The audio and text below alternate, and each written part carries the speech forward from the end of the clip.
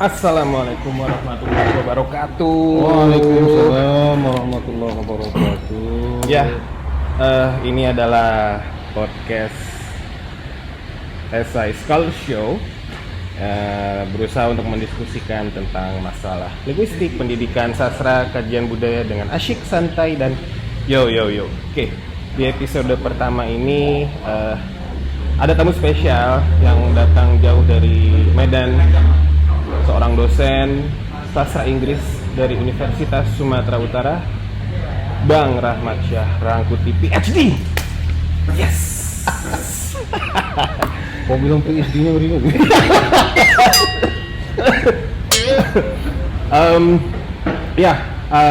Bang, lagi sibuk apa nih Bang di kampus Bang? Di kampus biasalah, ngurus-ngurus mahasiswa, ngurus-ngurus pendidikan demi bangsa dan negara, mencerdaskan anak bangsa. Iya kan? Jadi ya sebagai dosen dengan kesibukannya, apalagi sebentar lagi harus ngisi BKD juga kan. Dan Bang, lagi suka dengerin musik apa Bang? Kalau aku sih variasi, mana yang enak dan mana yang liriknya menantang, itu enak didengar. Apa contoh lirik yang menantang? Contoh lirik yang menantang itu, kalau yang sekarang itu ada sih lagu-lagu yang model varian baru dari lagu lama. Kalau sekarang di Medan itu dikenal dengan nama grup apa namanya itu, yang menyanyikan lagu-lagu lama dengan versi baru. Siapa? Lebah Begantung.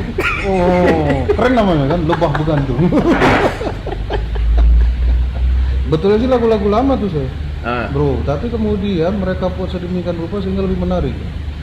Tahu nggak pantun janda? Coba mainkan pantun. Itu dia bilang, kuda yang mana? Kuda yang mana Tuhan senangi? Kuda yang putih di dalam kandang. Janda mana Tuhan senangi? Janda yang putih berambut panjang. Kan keren tuh. Iya. Lebah gantung ya tadi Bang. Lebah bergantung. Ya, Abang. Jadi beberapa kali sih. Jadi sempet ngeliat di Google Scholars-nya Bang Rahmat nih. Rajin juga kok ya. Namanya dosen sosok rajin Bang. Bang, jadi Abang pernah nulis tentang hate speech dan LGBTQ dari lagunya Lady Gaga. Temuannya apaan aja Bang? Kalau yang hate speech itu sebetulnya itu penelitian ketika ini jadi agak serius nih. Dari musik lah Bang, gantung pantun LGBTQ. Jadi kan waktu itu lagi heboh nih hate speech. Jadi sempat kami itu menemukan sebuah fenomena di mana kemudian ketika akan pilkada berlangsung di satu daerah di Sumatera Utara sempat panas nih, karena kebetulan salah seorang wakilnya keturunan Anies kita bilang. Ya. Dan memang pada waktu itu kan roman-romannya kayak nggak suka gitu kan. Maka kemudian berseliweran lah hate speech yang berkaitan dengan etnis.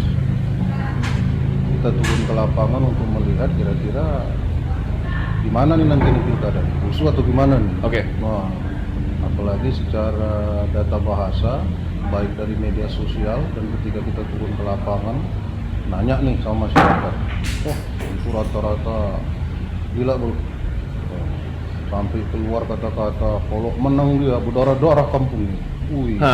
Kan ngeri. Iya. Awak kan dengar berdarah-darah ini kan serem kali. Iya. Tapi ternyata setelah pilkada usai dan diumumkan si calon tadi itu yang menang, kita jadi aneh aja nih. Ini sebelum pilkada hate speech-nya ngeri. Iya. Ternyata ketika pilkada yang tadi ngeri itu menang dia. Oke. Kok kayaknya jadi nggak nyambung kan? Iya, gitu, iya, kan? iya. Kalau kejadian sebelumnya hate speech-nya itu yang kita contohkan seperti mungkin di daerah lain, let's say Jakarta lah waktu itu, itu nampak kemudian hasilnya, wah ternyata dia kalah gitu. Yeah. Tapi di daerah kami itu ternyata nggak nih. Akhirnya kita menemukan sebuah fenomena baru yang mungkin dari sudut pandang kebahasaan bisa saja ternyata itu tidak nyambung dengan realita politik. Sehingga teori kebahasaan itu perlu kita reformulasi lagi. Kalau yang dalam artian selama ini dalam pragmatik ada speech act itu ya, ada lokusi dan perlokusinya. Kita sih melihatnya dari lokusi dan ilokusi nampak nih kurang kebencian, tapi ternyata dari perlokusinya responnya itu sih tidak begitu. Oke. Itu temuan yang cukup menarik dan ya sempat apa juga lah membingungkan kita lah. Ya. Dalam artian ternyata ya tidak langsung berkorelasi tuh antara yang namanya hate speech dengan realita. Iya. Maka kemudian kami sempat menyarankan kalau gitu ya kita tidak bisa saja menyebutnya sebagai hate speech, Ya. tapi hate speech act. Jadi Speech act. 3 tadi itu harus berurut nih. Kan bisa saja nih. Akulah misalnya sama bro kan, Ya. karena kita udah dekat, nah, gampangannya bilangnya, bro kok jelek kali kau. Cuman kan mungkin bro nggak kesinggung kan? Iya. Alah bang, abang kayak ganteng kali pun. Jadi ujung-ujungnya kan, wah Iya. ini hate speech-nya di mana ya? Jadi ternyata ketika perlokusinya tadi tidak mempunyai respon, wah ini jangan-jangan ya hate speech itu bisa jadi dalam artian wah masuk dalam kategori pasal karet juga nih kalau Iya. si perlokusi tadi Iya. ternyata tidak sesuai dengan apa yang kita temukan dalam teori. Nah makanya wajar kalau kemudian yang berhak untuk melaporkan itu memang mereka yang merasa nih. Oke. Jadi bukan ada orang lain yang kemudian melaporkan kan. Misalnya bro yang merasa Iya. tersinggung gitu Iya. ya, bro lah yang melaporkan. Iya. Kenapa? Karena perlokusi kan sama bro nih. Iya. Tapi kalau kemudian bro yang dihina tapi yang melaporkan tetangga 2 Iya. pintu sebelah kan aneh juga itu. Aneh. Iya, iya. Kenapa? Karena kan nggak langsung ke dia. Nah, itu yang menarik tentang hate speech. Tapi belakangan ini kemudian ya kami melihat sih sudah mulai agak begitu rame lagi lah ini hate speech ya. Nah, apalagi mungkin sudah dirasakan ternyata ya lebih cenderung apa ya, ada interest tertentu lah Oke. yang berada di balik itu, dan menurut kami sih nampaknya kecenderungan kebahasaannya lebih kecil sih ketimbang kecenderungan di luar kebahasaan. Oke. Kemudian yang berkaitan dengan apa tuh LGBTQ ya? LGBTQ. Ada A plus nih. Jadi A+. sekarang itu kan ada LGBTQ A plus. A plus. Nah itu juga kan pada waktu itu sempat lagi heboh-hebohnya nih. Ya. Masalah LGBTQ A plus. Ini mohon maaf ya kepada viewers yang mungkin berbeda gerbong dengan kami. Gerbong. Kalau kita ini orangnya lurus-lurus aja nih. Tapi kalau yang merasa ya menerima dengan perbedaan sih oke sih. Nah, pada waktu itu lumayan marak juga nih kontroversial antara wah ini gimana pelangi nih diterima atau tidak, ini kan juga anugerah. Ya. Ada yang mengatakan oh enggak ini penyakit dan segala Ya. macam. Tapi kalau kami melihat pada waktu kita terlepaslah dari itu, kita ingin melihat bagaimana kemudian itu masuk ke dalam unsur bahasa, Oke. elemen bahasa. Nah, satu kasus yang kami angkat pada waktu itu bersama mahasiswa, kita melakukan penelitian dengan menggunakan kerangkanya feminis stylistik dari lagunya Lady Gaga, Born This Way itu ya kan? Oh, Born This Way. I'm beautiful in my ways. Pinter No juga. mistake, I'm on the right track, baby. I was born this way. Asik. Jadi memang ternyata kalau kita kan pakai teorinya Sarah Mills tuh, Ya. level kata, level frasa kalimat, level discourse, ya. Kita melihat memang pada lirik-lirik lagu itu mengedepankan yang namanya gender spesifik dan gender equality. Oke. Meskipun dia tidak mutlak atau tidak 100% bercerita tentang LGBTQ+, tapi memang warnanya kelihatan langsung. Namun kalau kami perhatikan di kesimpulannya kami melihat lirik lagu tersebut lebih cenderung mengedepankan gender equality. Oke. Untuk menerima yang namanya perbedaan setiap orang itu dilahirkan dan mempunyai gift sendiri-sendiri. Nah, dan setiap kita diminta untuk menghormati gift Iya. tersebut. Dan juga ada kebebasan itu ya bang ya. Nah ini nih cerita kebebasan ini. Ah. Cerita kebebasan ini memang agak romannya ngeri-ngeri sedap juga nih. Oke. Kenapa? Karena memang terkadang dibilang bebas sih ya, kita pun nggak boleh bebas-bebas kali. Iya. Tapi ketika masuk ke dalam menerima yang namanya perbedaan sebagai apa? Ada yang mengatakan ya itu kan mungkin sudah takdirnya tuh. Nah, tapi kembali kami ingin garis bawahi kita terlepas dari itu. Iya. Karena yang namanya takdir itu urusan Tuhan lah. Iya. Itu, ya. Udah adalah yang akan menyelesaikan itu. Tapi kami kemudian fokus kepada apakah karya-karya, kita bilanglah karya sastra atau tulisan-tulisan populer, itu bisa dijadikan sarana. Nah, dijadikan sarana untuk mencorongkan, untuk menyuarakan yang namanya LGBTQIA+ atau gender equality. Dan identitas apapun di luar itu. Identitas apapun. Kenapa ya? Mungkin karena lagunya tadi Born This Way. Ya. Ya aku udah lahirnya begini, cuman ya? Iya. Masa kau nggak terima ya? Udah aku yang capek lahiran kok kau pula yang keberatan. Nah, mungkin begitu. I'm on the right track, baby. I was born this way. Iya. Dan pastinya juga kalau ngomongin LGBTQ dan juga hate speech, apalagi dalam masa kondisi tahun-tahun politik seperti ini, mungkin juga nanti akan ada lagi. Dan juga ya bukan hanya di lagu Lady Gaga, mungkin kalau mahasiswa mau neliti atau mungkin dosen-dosen yang juga ingin melihat sebagaimana hate speech dan LGBTQ itu bukan hanya dari film, tapi juga dari lirik lagu, dari karya sastra, dari medium apapun gitu kan bang ya. Jadi kita pernah menemukan ada komik nih untuk anak-anak, cerita anak-anak di salah satu toko buku terkemuka lah. Ya. Ini karena kita nggak di-endorse sama toko buku, nggak kita sebut nih. Jadi next time kalau mau podcast tengok dulu nih yang endorse siapa nih. Jangan lupa like, subscribe. Jadi kita memang melihat buku tersebut dijual nih di toko buku tersebut. Ceritanya tentang anak-anak, seorang anak kecil yang masuk sekolah, kemudian belajar normal. Di awal buku dia ditemani oleh ya quote unquote seorang bapak ya gitu kan.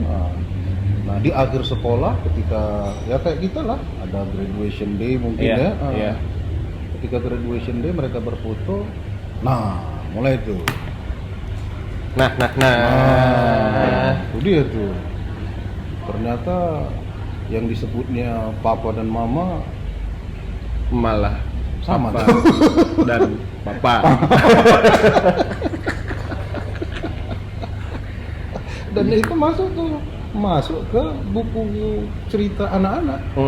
Nah, jadi kan ya kalau kami sih melihatnya kembali terlepas dari pro dan kontra tersebut, tapi unsur-unsur itu ternyata bisa dijadikan bisa dijadikan sebuah sarana untuk let's say lah untuk membuat itu menjadi populer atau membuat itu menjadi sesuatu yang berterima di masyarakat, lumrah dilumrahkan ya. Tinggal bagaimana mungkin yang tidak setuju nih ya nggak usah lagi ceritanya koar-koar nih, nggak usah lagi ceritanya yang ngeri-ngeri gitu ya. Tapi mungkin bisa mengimbanginya juga dengan karya yang sama. Sehingga ya istilah kita itu kan ya apple to apple lah. Kalau ini dalam bentuk cerita anak-anak yang pro, nah maka yang kontra ya buat juga lah cerita anak-anak.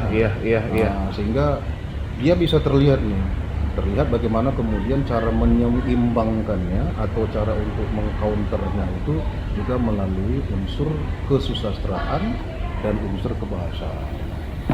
Itu dia bro.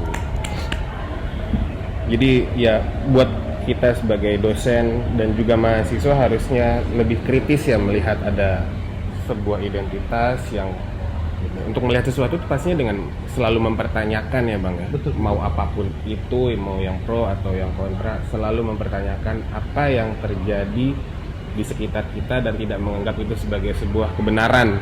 Betul.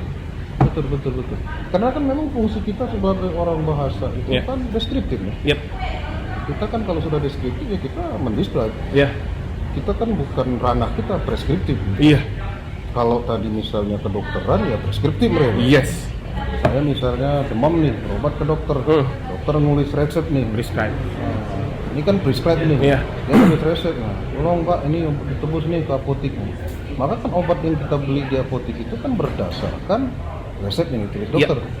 Kan nggak mungkin nih kalau seumpamanya dokter udah nulis nih, kita ke apotik nih. Kemudian kita tanya, bro itu obat apa tuh bro? Ini gini. Aku minta yang itu aja bro. Kan aneh tuh ya kan? Yang kita sekarang ini merasakan sakitnya misalnya pening, demam segala macam dikasih obat. Ternyata kita minta obatnya apa tuh? Bro ini ada gatal-gatal nih bro coba. Kan nggak kena tuh. Nah kita selaku orang bahasa ini, kalau kami sih melihat kita deskriptif nih. Nah, apapun fenomena yang terjadi, ya oke. Kemudian tugas kita itu mendeskripsikannya. Terlepas kemudian kita juga nggak bisa menafikan ya, Kita nggak bisa menafikan kalau kita mempunyai self judgment tersendiri, ya kan? Nah, kalau saya ya sebetulnya begini, ya sayanya itu ya sudah keep sama saya saja. Kalau orang lain kemudian misalnya mau kita ajak, oke, let's see dengan ide kita. Ide kita melalui tulisan-tulisan tersebut. Itulah cara kerja yang kita maksudkan itu, sehingga kemudian kita berharap nih orang-orang bahasa ini ya lebih sensitif nih untuk mencari permasalahan yang berkaitan dengan unsur kebahasaannya.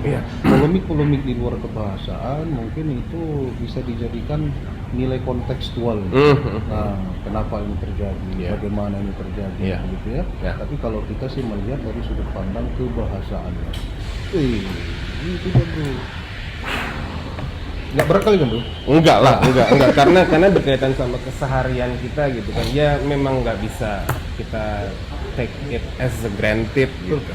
Questions everything. Nah Bang, terus selain tentang masalah hate speech, terus LGBTQ dari lagunya Lady Gaga, dan pastinya ada musik-musik dan artis-artis dan juga penyanyi lain yang banyak menyuarakan tentang identitas tersebut.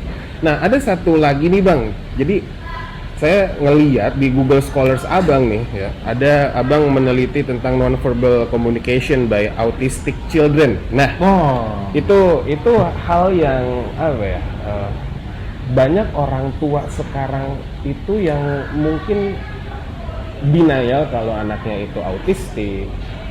Orang tua yang bingung menyekolahkan anaknya di mana, perlakuan guru dan teman-temannya selama di sekolah seperti apa, tetangganya dan lain-lain. Nah, untuk mengetahui hal itu tuh bisa kita dapat tuh dari psikolog atau psikiater atau orang profesional yang biasa menangani anak yang autis. Tapi sebelum ke pertanyaan Bang, penggunaan kata autis, anak autis sopan nggak menurut Abang? Atau menurut saya sih ya sopan-sopan aja dan nggak perlu orang tua atau anak mengurung diri dan melihat bahwa enggak, anak gua nggak autis kayak gitu. Jadi kalau menurut saya kan, sorry motong. Ini sebetulnya mirip seperti kita menerima atau tidak LGBT tadi itu. Ya. Jadi ketika kita menerima atau lah misalnya mengalami masalah dengan anak kita. Dan kita melihat ini anak saya kok begini gitu. Nah, kemudian kita sepertinya membuat diri kita itu defensif. Gimana nih supaya orang jangan tahu, karena mungkin bisa membuat keluarga malu lah. Sehingga itu ditutup-tutupi. Itu Bang. Padahal sebenarnya kalau dari tulisan dan penelitian yang kami lakukan itu juga gift. Itu juga gift. Di mana kemudian orang tua ini saja yang mungkin belum 100% bisa menerima kenyataan bahwa anaknya autis. Kan begitu.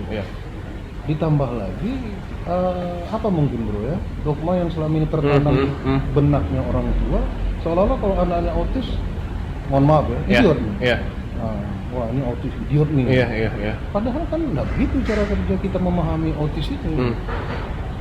Jadi kita waktu itu melakukan penelitian, kebetulan itu ada ceritain Bang penelitiannya itu Bang. Ada adik mahasiswa kita yang memang autis masuk ke sekolah yang kita bilang lah awalnya SLB nih, sekolah luar biasa gitu ya. namun ya perkembangannya kurang maksimal. Oke. Nah, khususnya perkembangan bahasa. Akhirnya kemudian kita turun ke lapangan melihat keseharian adik dari mahasiswa tersebut, dan kita melihat memang anak-anak yang mengalami autis ini harus dibawa ke ranah yang inklusif ya. Dia jangan dieksklusifkan. Dalam artian eksklusif ini jangan disendirikan dia. Nah, tapi mereka ini harus diajak. Mereka harus diajak. Let's say kita anggap dia ya seperti anak normal biasa. Karena ternyata dalam beberapa kali kita melakukan tes tersebut, ya kemampuan mereka itu, let's say lah kita pakai istilah IQ lah ya. IQ mereka sih ya nggak jeblok-jeblok kali. Masih lumayan bagus kok. Itu IQ. EQ-nya, emosionalnya. Ini yang perlu sedikit ekstra perhatian. Karena bisa saja tiba-tiba mereka meledak-ledak. Nah, kalau seumpamanya keinginannya nggak dituruti, atau dia masuk pada fase di mana dia merasa boring. Nah, kemudian nggak mau ngapa-ngapain, tapi kemudian si orang tua atau si guru maksa terus nih. Nah, sehingga pada waktu itu kita membuat test case. Sebelum kita mulai memberikan pelajaran kepada si anak tersebut, ini kita persiapkan semua nih alat-alat. Semua kita letakkan di depan sehingga si anak tetap mau lakukan eye contact. Nah, karena kalau sudah dia tidak eye contact begini, ini mulai lah. Sehingga dia tetap melakukan eye contact kepada kita. Jadi kita siapkan yang namanya alat tulis, kita siapkan permainan-permainan, sehingga si anak tadi tetap disibukkan di situ dia. Karena memang kan kalau kami perhatikan, dia ini ada beberapa macam nih bro. Ada yang dia ekspresifnya kurang, ada yang reseptifnya yang kurang, ada juga yang gabungan dari dua-duanya ini. Jadi di antara mereka itu harus diberikan treatment yang berbeda. Maka kemudian anak tersebut kami coba untuk kami pindahkan sekolah yang dimana anak-anak biasa sekolah. Kita sekolahkan di situ dan kita minta kepada orang tuanya untuk menambah guru pendamping untuk mendampingi si anak. Dan alhamdulillah sampai sekarang kami melihat progresnya lumayan nih. Kenapa? Karena dia merasa ya normal seperti anak biasa saja. Hanya saja ketika dia kemudian mau melakukan apa yang dia inginkan, jangan dilarang dulu nih. Turutin aja. Jadi misalnya anak-anaknya lagi belajar begitu kan, dia tiba-tiba diam keluar kelas, main di lapangan begitu, ya biarkan aja main dulu. Karena ternyata nanti pada masanya dia udah jenuh balik lagi ke kelas, ya sudah dia coba ikutin lagi. Dan tetap dia itu diajak untuk eye contact, berkomunikasi. Ketika dia mulai masuk masa fase jeda, istirahat, dia udah istirahat. Ini pernah kejadian nih bro. Ini belajar matematika nih, kelas 2 SD. Ketika gurunya sedang nulis nih di whiteboard, ini tambah ini berapa, kawan-kawan maju ke depan gitu kan, sekian. Ini tambah ini berapa, yang lain maju ke depan sekian. Nah ini si anak ini keluar aja nih, dikawani sama guru pendampingnya, dia main-main di lapangan gitu kan, udah. Kemudian 10 menit dia balik ke kelas nih. Kemudian dia lihat tuh di whiteboard itu ada tambah-tambah yang belum diisi nih. Dia maju ke depan, dia ambil spidol, dia buat jawabannya, dan jawabannya betul. Itu anak yang ekspresif atau reseptif atau gabungan? Atau enggak masuk? Itu kepada apa dia? Ekspresif. Karena mungkin kalau ekspresif ini kan dia waktu berbicara itu yang agak lambat. Nah, kalau reseptif ini dia agak lambat dalam memahami. Tapi bro jangan masuk dua-dua ya, karena terkadang kita juga mau tidak mau nggak autis pun bisa jadi. Kita cenderung yang ekspresif atau reseptif gitu kan. Ya, dan apa sih Bang maksudnya kalau ngomongin tentang masalah kurikulum, metode pengajaran atau bahkan di sekolah negeri atau sekolah swasta biasa yang bukan SLB, hal untuk menerima anak autis pun itu juga susah ya Bang, masih susah Bang. masih cenderung Untuk kurikulumnya pun terbatas. juga Nah, belum ada standar dari kementerian. Kami sampai sekarang belum melihat, mungkin ada, tapi belum melihat apakah kemudian untuk special case seperti ini ada kurikulum yang memang sudah dibentuk, ya kan?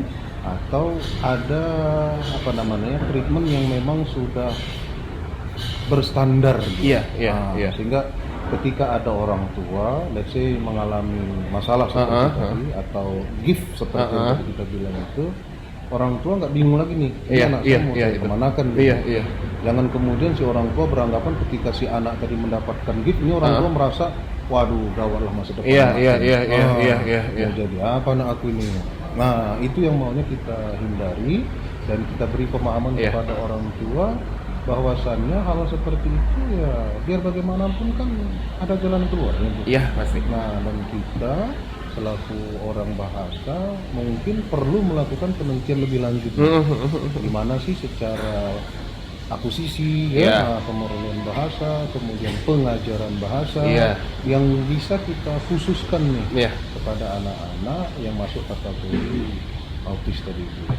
Ada nggak sih bang, maksudnya sepemantauan abang nih SD SMP sampai mungkin si anak yang gifted ini mereka menikah dengan yang mungkin sesama gifted dan akhirnya memiliki anak yang normal, atau perkembangan dari anak gifted ini sehingga kita dewasa dia akhirnya berumah tangga mungkin gitu. Ini berat nih bro, ini pembicaranya cocoknya 25 tahun ke depan nih bro. Karena anak yang kami itu baru kelas 2 SD nih. Pacaran juga belum nih. Oh yang film ya pacaran aja belum, kan gue SD tahu apaan gitu kan ya. Mungkin 25 tahun ke depan nih. Nanyanya jauh banget dia. Ya terus ini kita belum pernah sih, belum pernah melihat, atau mungkin karena yang tadi itu bro ya, sampai sekarang masih ditutup-tutupin nih. Karena faktor dari belum berterimanya orang tua tentang kondisi si anak tadi. Sehingga mungkin ya mereka tidak mau terbuka dan bisa saja mungkin bro yang kita teliti kemarin itu kan kebetulan nih orang tuanya ekonominya agak lumayan. Gimana ya? Sehingga pendidikannya betul-betul dia upayakan dan upayakan. Bahkan keluar dari kelas dia masuk ke apa itu Skytris itu ya. Untuk tetap bisa ya berbuat seperti anak normal. Mungkin kalau yang ekonominya menengah ke bawah, mungkin di situ nih. Ini gimana nih menghadapi anak yang gifted tadi ini, ditambah dengan keadaan ekonomi yang terbatas, itu juga mungkin yang jadi masalah sih. Dan masih kita harus terus kayak di ruang publik pun, bahkan kadang ada di sekolah juga anak si gifted ini tuh bahkan dibully sama teman-temannya, sama masyarakat juga kan. Dan nah perkara bully-membuli ini bro ya, mungkin karena mereka nggak begitu apa, kasus anak yang kami teliti itu kayaknya dia cuek-cuek aja gitu. Entah mungkin dia pun nggak ngerti gitu ya. Jadi ngomong apa sih lu? Gitu ya. Dia cuek aja, diem. Dia nggak open aja. Padahal mungkin nanti waktu kawannya, begini, kau apa, dia cuek aja, dia jalan, dia main-main sendiri aja juga udah. Tapi mereka punya kelebihan. Iya. Kalau kami sendiri melihat itu mereka punya kelebihan. Anak tersebut ketika dalam keinginannya tertentu dari itu kita kan di depannya udah ada nih alat-alat segala macam. Dia bawa kertas, dia bawa krayon, dia kemudian ya seperti apalah duduk gitu di teras sekolah, dia gambar bro, wah dan hasilnya lumayan loh. Dan mungkin begitu cara mereka itu, cara mereka untuk mengekspresikan. Tapi karena mungkin dia itu tidak apa ya, maksudnya itu rutinitasnya itu jarang bisa ditebak nih. Kalau kita kan misalnya sekolah biasa jam sekian mata pelajaran ini, udah ada sistem pola kayak gitu. Mungkin mereka itu yang belum bisa mereka terima. Akhirnya mereka lebih cenderung kepada apa yang mereka mau nih. Jadi saya setuju sih, perlu tuh dirumuskan. Khususnya mungkin melalui bantuan dari SI Scholar nih. Ada kelas SI Scholars, Bang diminum dulu bang, tapi kosong nih bang, nggak ada airnya tuh. Belum ada yang endorse guys ya. Jadi nanti kalau mungkin bisa nanti saya sekolah kan menciptakan atau merumuskan Iya. kurikulum atau apalah itu yang dikhususkan Untuk gifted gifted kids. children inilah. Iya. Yoi, ya. Pastinya juga bagaimana sih orang tua harus tadi sih yang untuk sampai ke tahap menerima itu ya bang ya, yang menerima bahwa dia sudah punya anak, takdir Tuhan mengatakan demikian. Izin motong bro. Terkadang ini Apa itu orang apakah tua si nih yang penerimaan perlu ini tuh tergantung lagi dari status sosial ekonominya bang? Apa kayak gitu bang? bisa jadi satu itu. Tapi yang mau saya apakan ini kan, yang aku apakan ini, itu juga mungkin kenapa ada yang mengatakan itu ungkapan surga di bawah telapak kaki ibu ya. Oke. Nah, kenapa? Karena dari apa yang kami lihat, kecenderungannya itu si ibu nih yang lebih care nih. Aha. Nah, sedangkan ayah kok lebih cenderung kepada merasa tanda petik malu gitu. Malu dia kalau anaknya. Sehingga mungkin kami melihat kenapa hal-hal seperti ini tidak begitu terekspos. Karena mungkin saja nih bro, peran penting orang tua, ayah dan ibu, itu sangat diperlukan nih dalam membimbing dan membina gifted child. Jadi gifted children tadi. Tapi kalau hanya si ibu saja nih, sedangkan si ayahnya merasa kok ya gini kesal, kecewa. Ini salah apa lah aku nih. Iya. Bahkan mungkin merasa malu kalau anaknya. Gue dosa apa sih sampai anak gue kayak begini lahir, ya kan? Nah, itu yang mungkin membuat si anak juga merasa mendapatkan kurang perhatian. Iya. Ya? Tapi kalau dari rumah itu sendiri, let's say misalnya dia punya brothers, dia punya sister, semuanya itu mendukung. Support. Dan tidak membedakan. Membedakan perilaku atau keseharian terhadap si anak tadi itu. Kami sih ya, ini mungkin masih sebatas hipotesa. Sepertinya melihat si anak akan mendapatkan support dan dia akan merasa, oh ternyata aku nih nggak beda sih sama yang lain. Tapi kalau saudaranya saja malu dengan dia, ayahnya malu dengan dia. Nah itu kan mulai lah nih, kalau dari rumah sendiri sudah merasa ada nilai ketidakberterimaan kan? Maka mungkin pesan kami itu ya jangan dianggap itu sebagai apa ya, musibah. Tapi ubahlah musibah itu menjadi anugerah. Tuh elah. Tinggal kita sebenarnya mengubah sudut pandang kita melihat sesuatu yang menyakitkan itu menjadi sesuatu yang menyenangkan. Iya gitu. Ini kok kayak ceramah. Ini jadi malah Mama Dede. Ya, oke. Bang, ini podcastnya jangan lama-lama karena tadi apa yang udah kita sampaikan tentang masalah hate speech, identitas, underground, dan juga masalah bagaimana sih menangani autistik itu sudah menjadi informasi yang layak untuk dipertontonkan dan patut diketahui oleh setiap orang, dan ini penting untuk kita pada akhirnya bisa menerima siapapun yang ada di sekitar kita dan mendukung itu. Betul. Di balik apakah misalnya teman atau saudara kita yang hi I'm a lesbian, hi I'm a gay, hi I'm autistic, I have a personality disorder, dan menerima, mendukung, dan ya itu satu kata sih, mendukung. Betul. Ada kata-kata terakhir bang yang ingin disampaikan sebelum kita pada akhirnya menutup podcast Esai Scholar Show ini? Kalau saran saya ini, ini kalau udah pakai saya, artinya udah udah cembetul. Memberikan masukan kepada kita nih, khususnya yang ada dalam Esai Scholar ya. Mari kita melihat fenomena khususnya kebahasaan yang ada di sekitar kita tanpa kemudian membuat dikotomi atau sekat-sekat. Sekat. Dalam artian, wah ini bagian ini nih, ini bagian ini nih, ini bagian ini nih. Karena tadi seperti awal cerita kita bahasa itu kan dia deskriptif, Iya. maka saran kami apapun masalah yang berkaitan dengan bahasa, mari kita tinjau, kemudian kita coba untuk memberikan ya kalau bisa solusi, tambahkan dengan suggestionnya, Iya. sehingga ada kebermanfaatan Yap. yang kita berikan nih, ya kan, Yap. kepada masyarakat, dan bisa terlihat bagaimana kemudian esai scholars ini betul-betul bermakna. Nah, dalam budaya Mendeling ini ada upah-upah nih.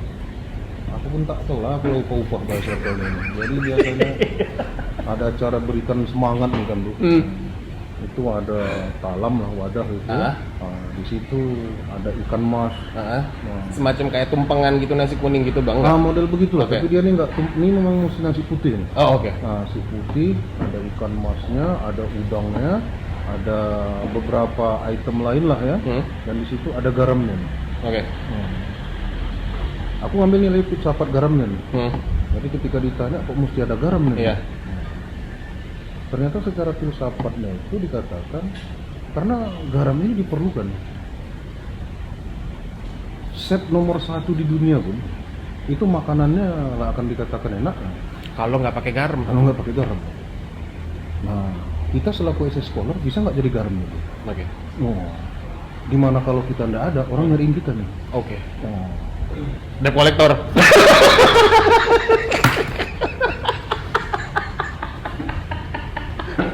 Iya. Garam, rasa bermanfaat buat Betul. semuanya, terutama buat masyarakat. Oke, Bang Rahmat. Sip.